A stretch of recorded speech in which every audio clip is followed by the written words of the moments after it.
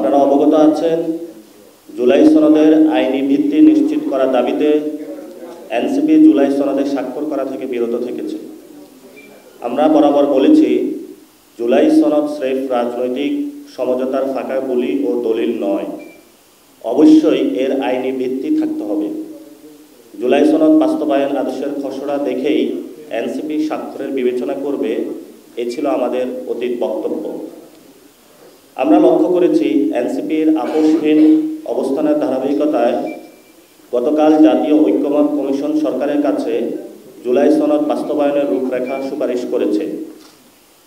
আমরা মনে করি, জুলাই সনদের আইনি ভিত্তি নিশ্চিত করার লক্ষ্যে এনসিপির অনড় অবস্থানের ফলেই এটা সম্ভব হয়েছে। পাশাপাশি আমরা ঐক্যমত কমিশনের ঐকান্তিক প্রচেষ্টাকে সাধুবাদ জানাই। দুই ধরনের সংস্কারের জন্য স্বতন্ত্র বাস্তবায়ন রূপরেখা কমিশন পেশ করেছে। সংবিধান সম্পর্কিত নয় এমন সংস্কার সাধনের লক্ষ্যে প্রজ্ঞাপন ও অধ্যাদেশের খসড়া কমিশন সরকারের কাছে সুপারিশ করেছে।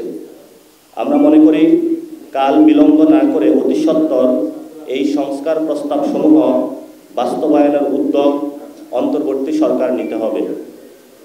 তবে অন্তত 48টি সংস্কার প্রস্তাব সংবিধান সম্পর্কিত। এই সংস্কার সমূহের বাস্তবায়নের রূপরেখা নিয়েই এতদিন আলাপ আলোচনা চলছিল। সংবিধান সম্পর্কিত এই সকল সংস্কার বাস্তবায়নের নিমিত্তে কমিশন দুটি স্বতন্ত্র খসড়া সুপারিশ দিয়েছে। জাতীয় নাগরিক পার্টি এনসিপি মনে করে, প্রথম খসড়া তথা প্রস্তাব 1 বাস্তবায়নের পথে সরকারকে যেতে হবে। কারণ এখানে 8-এর অনুধারায় বলা হয়েছে, নির্ধারিত সময়ের মধ্যে সংবিধান সংস্কার পরিষদ কার্য সম্পন্ন করতে না পারলে সংস্কার বিল পরিষদ কর্তৃক গৃহীত হয়েছে বলে ধরে নেওয়া হবে। আমি আবার বলছি, নির্ধারিত সময়ের মধ্যে সংবিধান সংস্কার পরিষদ কার্য সম্পাদন না করতে পারলে সংবিধান সংস্কার বিল পরিষদ কর্তৃক গৃহীত হয়েছে বলে ধরে নেওয়া হবে এবং সংবিধান সংস্কার আইন রূপে কার্যকর হবে। সনদের উপর গণভোটের ম্যান্ডেট বাস্তবায়নের বাধ্যবাধকতা তৈরি করার লক্ষ্যে এটি একটি অত্যাবশ্যকীয় সুপারিশ, যার নজির বিশ্বের বিভিন্ন দেশে রয়েছে। অন্যদিকে কমিশন প্রস্তাব 2-এর ব্যাপারে কোনো স্পষ্ট বক্তব্য নেই, যার দরুন গোটা সংস্কার কার্যক্রমে ভণ্ডুল হয়ে যেতে পারে।